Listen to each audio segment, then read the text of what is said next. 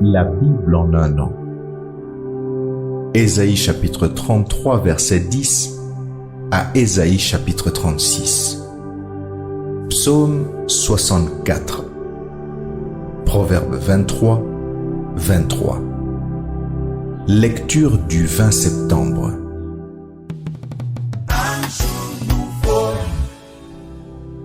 Galates chapitre 5 verset 13 à 26. Frères, vous avez été appelés à la liberté. Seulement, ne faites pas de cette liberté un prétexte de vivre selon la chair, mais rendez-vous, par la charité, serviteurs les uns des autres. Car toute la loi est accomplie dans une seule parole, dans celle-ci: tu aimeras ton prochain comme toi-même. Mais si vous vous mordez et vous dévorez les uns les autres, prenez garde que vous ne soyez détruits les uns par les autres. Je dis donc, marchez selon l'esprit, et vous n'accomplirez pas les désirs de la chair. Car la chair a des désirs contraires à ceux de l'esprit, et l'esprit en a de contraires à ceux de la chair.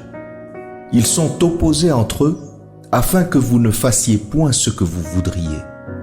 Si vous êtes conduits par l'esprit, vous n'êtes point sous la loi. Or, les œuvres de la chair sont manifestes.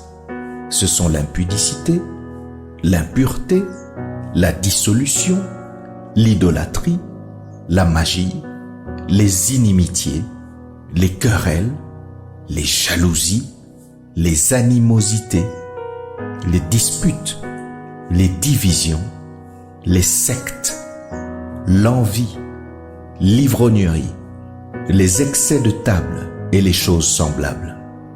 Je vous dis d'avance, comme je l'ai déjà dit, que ceux qui commettent de telles choses n'hériteront point le royaume de Dieu.